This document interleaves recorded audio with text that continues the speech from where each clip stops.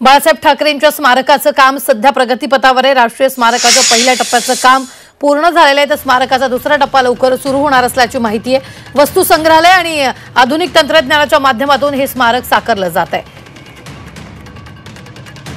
तर या सगळ्याचा आढावा घेतलेला आहे आमचे प्रतिनिधी कृष्णात यांनी। पाहूया।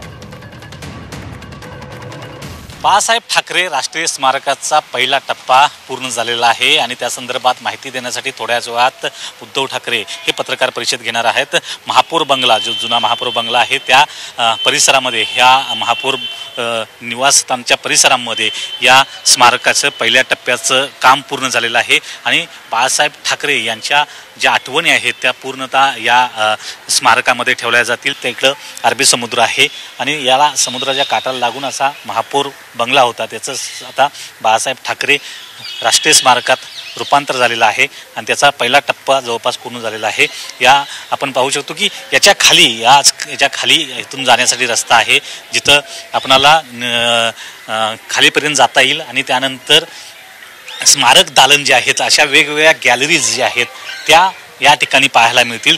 ट्रस्ट देखील बनवण्यात आलेला आहे। अशा प्रकारे लिफ्ट ठेवण्यात आलेले आहेत आणि जवळपास 30 ते 35 फूट खालीपर्यंत अशा जी दालनं आहेत ती दालन या राष्ट्रीय स्मारकासाठी बनवण्यात आलेले आहेत आणि हे सर्व स्मारक बनवण्यासाठीचा कालावधी जो आहे तो जवळपास 2020 पासून साधारणतः हे सर्व बनवण्याचा प्रयत्न जो आहे तो करण्यात आलेला आहे आणि याचा पहिला टप्पा केवळ आता बनवण्यात आलेला आहे। अजून याचं दुसऱ्या टप्प्यातलं काम जे आहे ते अद्याप बाकी आहे आणि त्यासाठीचा कालावधी जो आहे तो आणखी वेळ लागू शकतो। याला video journalist Harish Krishnat Patil, Zee media, Mumbai.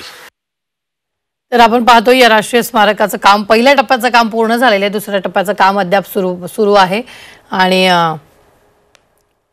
राष्ट्रीय स्मारकाच्या पहिल्या टप्प्याचं काम पूर्ण झालेलं आहे। यावेळी आपण पाहिले तर राष्ट्रीय स्मारकाच्या बाळासाहेब ठाकरे राष्ट्रीय स्मारकाची वैशिष्ट्य जाणून घेऊयात ग्राफिक्सच्या माध्यमातून। दादरमधील जुन्या महापौर निवासात हे स्मारक बांधण्यात आलेले आहे। स्मारक उभारणीसाठी विशेष समिती नियुक्त करण्यात आली आहे। 31 मार्च 2021 ला स्मारकाचं भूमिपूजन झालेलं होतं। मुख्यमंत्री उद्धव ठाकरेंच्या हस्ते भूमिपूजन झालं होतं। स्मारक स्थळावरील सर्व वृक्ष जतनाचा निर्णय घेण्यात आला होता। अधिक लागवडीमुळे आता 233 वृक्ष झालेली आहेत। स्मारकाचा पहिला टप्पा पूर्ण झालाय, दुसरा टप्पा लवकरच सुरू होणार आहे।